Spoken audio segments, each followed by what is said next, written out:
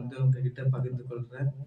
நான் பார்த்தீங்கன்னா 12வது லீவ்ல தான் ஆண்டவர வந்து நான் அறிந்து கொண்டேன்.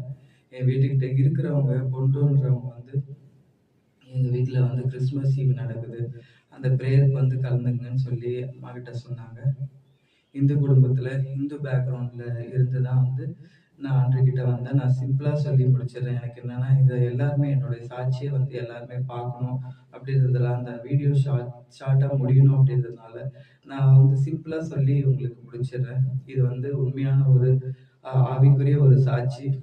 தகுதி இல்லாத என்ன ஆண்டவர் வந்து தகுதிப்படுத்தி வழிநடத்திட்டு இருக்கிறாரு. அந்த சாட்சியை இந்த வேளையில நான் உங்ககிட்ட பகிர்ந்து கொள்றேன். அவங்க வந்து பிரேயர் கூப்பிடும்போது எனக்கு வந்து அ போணும்னு ஆசை. ஆனா வந்து வீட்ல நெறைய வேலை இருந்தது. அதுல ஏதோ ஒரு ஹிந்து பண்டிகைன்றதுனால, அந்த வேலையில வந்து நான் ஈடுபடணுன்ற அவசியம் ஏற்பட்டதுனால, "நீங்க போயிட்டு வாங்கம்மா, நான் வரல" அப்படின்னு சொன்னேன். ஆனா நான் உள்ளத்துல அவர்கிட்ட பேசினேன்ப்பா, எனக்கு இந்த பாக்கியத்தெல்லாம் நீங்க தருவீங்களா? எனக்கும் பிரேயர்னா என்னன்னு தெரிஞ்சுக்கணும்னு ரொம்ப ஆசையா இருக்கு. எனக்கு வந்து பிரேயர் பண்ணணும். உங்களுடைய நாமத்த நான் மகிமைப்படுத்தணும். அப்படின்ட்டு சாதாரணமா ஒரு தகப்பன்கிட்ட பேசுற மாரி பேசினேன். நீங்க உண்மையான கடவுளா இருந்தா நான் உங்கள பார்க்கணும். எனக்கு வந்து நீங்க அந்த கிருபைய தாங்க அப்படின்னு நான் கேட்டேன்.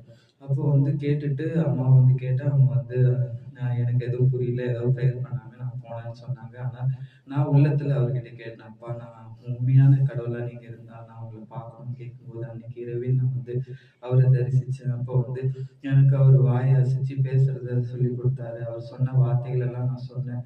ரிப்பீட் பண்ணேன். அதுக்கப்புறம் வந்து மறுநாள் காலைல அம்மாட்ட சொன்னோனே, "இப் நீ போயிட்டு வா" அப்படின்னு சொல்லி அம்மா சொன்னாங்க. எனக்கு வந்து கால்ல வந்து ஒரு கால் நடக்க முடியாது. போலியோ 1½ வயசுலயே போலியோ வந்து அஃபெக்ட் ஆச்சு. அம்மா என்ன சொன்னாங்கன்னா வந்து, "உனக்கு கால் நல்லாயிடும்னு சொல்லிட்டு சொல்றாங்க. நீ வந்து பிரேயருக்கு போயிட்டு வா" அப்படின்னு சொல்லி அனுப்புனாங்க. நான் உண்மையா சொல்றேன். எனக்கு வந்து முடியல. நான் என்னைக்கு வந்து இயேசுநாதருடைய கரத்த பிடிச்சேனோ, அன்னைக்கே என்னுடைய பிரேயர் என்னவா இருந்துச்சுன்னா, "அப்பா நான் என்ன முழுமையா உங்ககிட்ட ஒப்புக் கொடுக்குறேன். எனக்கு நீங்க அப்பாவா இருக்கணும். நான் உங்க பொண்ணா இருக்கணும். எனக்கு வேற எதுவுமே இந்த உலகத்துல வேணாம். நான் வாழ்ந்தா உங்களுக்காக வாழணும்.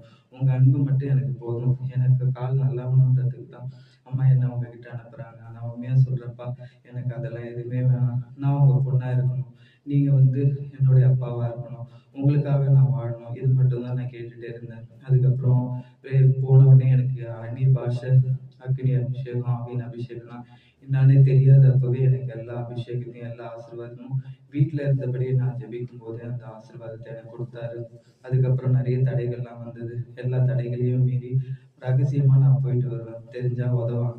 நெறைய எனக்கு அடிகள் குடுக்க தான் எனக்கு வந்து ஆசீர்வாதங்கள வந்து அதிகமா குடுத்தாரு.